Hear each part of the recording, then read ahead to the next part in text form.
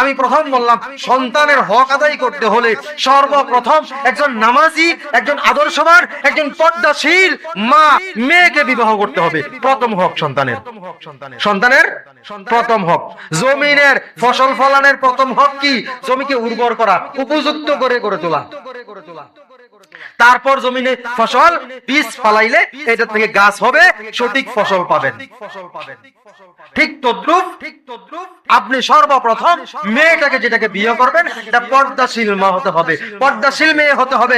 নিজের দেহ অন্যকে দেখায় না, দেখাইয়া সুখ পায় না, টাকা কামাই করে না, এইরকম মেয়ে হওয়া যাবে না।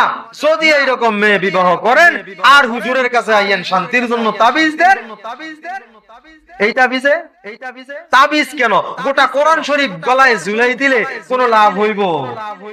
হ্যাঁ, আমাদের এলাকায় এক মুরব্বী ছিল, আমাদের ছোটবেলা আমি শুনেছিলাম আমার বাবার কাছে কবিরাজি করতো। কি করতো?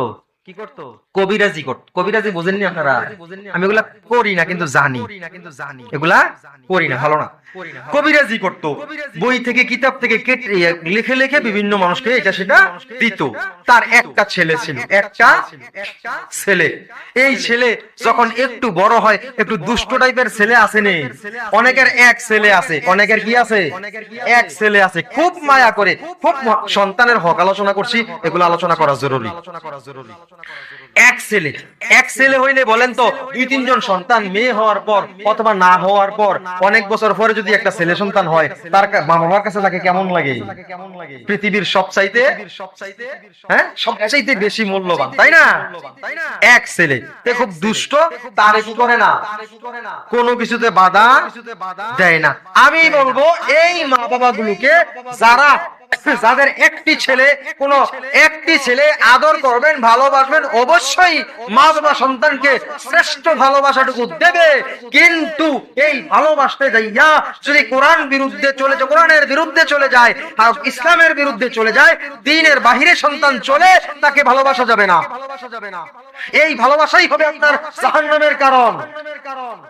প্রকৃত ভালোবাসা হলো তাকে এই দুনিয়ায় সৎ শিক্ষায় শিক্ষিত করা, সুশিক্ষায় শিক্ষিত করা এবং উত্তম কিছু দান করা, এবং আখিরাতের পথে জান্নাতি রাস্তায় তাকে জান্নাতি মেহমান হিসেবে তৈরি করা। এটা হলো সবচেয়ে উত্তম ভালোবাসা।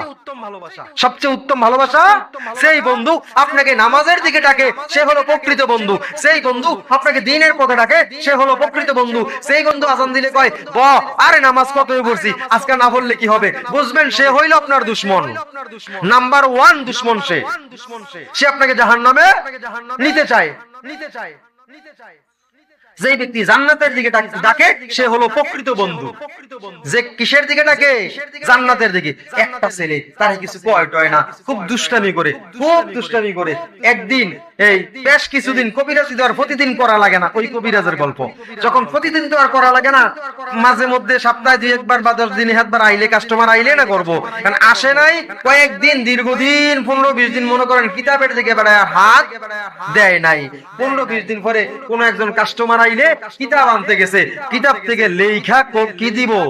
তাবিজ দিব। তো দিতে গেছে, যাইয়া দেখে কিতাবের বিভিন্ন জায়গায় ব্লেড দিয়ে কাটা। কি করা?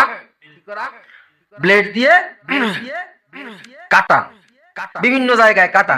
তুই পৃষ্ঠা উল্টে দেখে কিতাবের বিভিন্ন জায়গায় এগুলা, বিভিন্ন জায়গায় কি ওই গুপ্তধন পাওয়া যায়, তারপরে কিনা কয় অমুকরে হাসিল করা যায়, অমুকরে নিয়ন্ত্রণ করা যায়, অমুকরে মেরে ফেলা যায়, এইসবের মধ্যে এগুলা লেখা থাকে। এগুলোর মধ্যে কি লেখা থাকে? এই ধরনের লেখাগুলো বেশি থাকে। দেখবেন, আমি আপনাকে একটা পরিষ্কার ভাষায় বলে দিই, পরিষ্কার ভাষা, একদম পরিষ্কার। এখন সবাই শুনতেছেন আমার কথা, বুঝেন বালা কইরা। যদি কিতাবের এই বই পুস্তকের তাবিজ দিয়া যদি একটা মানুষকে বশ করা যাইতো, নিয়ন্ত্রণ করা যাইতো, এই দেশে কোটি কোটি টাকা দিয়া মানুষকে খুন করাইতো না। কি বলেন? কোটি টাকা দিয়ে মানুষ খুন করায় না, এমপিদেরকে খুন করায় না, মন্ত্রীদেরকে খুন করায় না, পুলিশ অফিসারদেরকে মারে না, বড় বড় নেতারা মেরে ফেলায় না। যদি তারে বশ করা যাইতো, এই কোটি টাকা দিয়ে খুন করানোর দরকার ছিল কি? তাবিজ দিয়া মাইরা ফেলাইতো। এখন কি বুঝলেন? তাবিজের কিতাব কি সম্পূর্ণ কইতে কষ্ট হইব? ভুয়া। কি এটা? এটার মধ্যে কিচ্ছু নাই। অন্যরা কি মনে করে আমি এটা বিশ্বাস করি না। আমি কি করি না, এই ধরনের বিশ্বাস সর্বোচ্চ আপনি সূরা ফাতিহা পাঠ করে এই এর বেশি কিছু, এর বুখারী শরীফ একটা নির্দেশ আছে এমন, ঠিক আছে। শুধু কি করা যাবে, কোরআনের আয়াত পড়ে একটু ফু দেয়া যাবে, এর বেশি কিছু দেওয়া যাবে না। তো আমি বলতেছিলাম এই সন্তানকে সে আর কিছু বলে না, দেখে গিয়ে দেখে কিতাবের সব পৃষ্ঠা পৃষ্ঠা পৃষ্ঠা পৃষ্ঠা কাইটা এতে বশ করে রাখছে মানুষ। এখন তে রাত্রেবেলা যখন বাড়িতে আসছে, ঘরে একসাথে বসছে, দিনে তো দৌড়িয়ে ধরা সম্ভব না, রাত্রেবেলা জিজ্ঞাসা করছে বাবা এদিকে আসো, তো ডাক দিয়েছে, ডাক দিয়ে এই কিতাবটা ধরছে কেডায়, কয়া জানি না তো, সত্যি সত্যি বল। যখন খুব চাপ দিছে, রিমান্ডে দিছে, দিলে পরে কইছে হ্যাঁ আমি। তো বিভিন্ন জায়গা থেকে কাইটা রাখছে ব্লেড দিয়ে, কারণ কি, বলে আমি তো এগুলো লিখতে পারি না, আরবি লেখা থাকে বা বিভিন্ন ভাষায় লেখা থাকে, আমি তো এগুলো লিখতে পারি না, লেখা শিখি নাই, কি করবো, এখানে লেখা আছে, এটা দিয়ে মানুষ বশ করা যায়, এটা দিয়ে অমুকরে পাগল করা যায়, ওটা দিয়ে অমুকের ক্ষতি করা যায়। যখন যেটা লেখা আছে বাংলারই ফইরা ফইরা আমি যখন দেখছি, আমি মনে করছি এটা লেখা দিলে যখন হয়, লেখা দিলে যখন ফলাফল ভালো, ডাইরেক্ট কাইটটা দিলে তো আরো ভালো। হ্যাঁ, এবার কাইটা কাইটা সবগুলা কি করছে, করোনা পানি দিয়ে খাইছে, করোনা গলার ঝুলাইছে, করোনা মাজায় বানছে, করোনা হাতে দিছে, এইরকম ভাবে পুরা শরীরে কি কিতাব কাইটা দিয়ে রাখছে।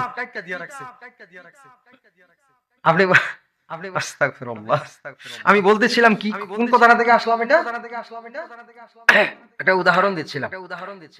যাই হোক, তাবিজ, হ্যাঁ, এইরকম ভাবে আমাদের দেশে এই যে ঘটনাগুলো ঘটতেছে, মনে করেন তাবিজ, ওই যে বললাম মন্ত্রীদেরকে যদি মারা যাইতো, বশ করা যাইতো, তাহলে কি করা যাইতো, এগুলা দিয়া কইরা ফেলানো হইতো। হ্যাঁ, কোন একটা কথার উদাহরণ আমি দিচ্ছিলাম। যাই হোক, তাবিজ কবজের উপরে ডিপেন্ড করা নিষেধ, এগুলা নিষেধ। হ্যাঁ, এগুলা থেকে আমরা কি করব, দূরে থাকবো। আমি বলতেছিলাম মায়ের যে মা কোন মাকে আপনি বশ করবেন, কোন মাকে, এই ধরনের তাবিজ কবজ টিকটকে আছে না নাই, ফেসবুকে আছে না নাই, ইউটিউবে আছে না নাই।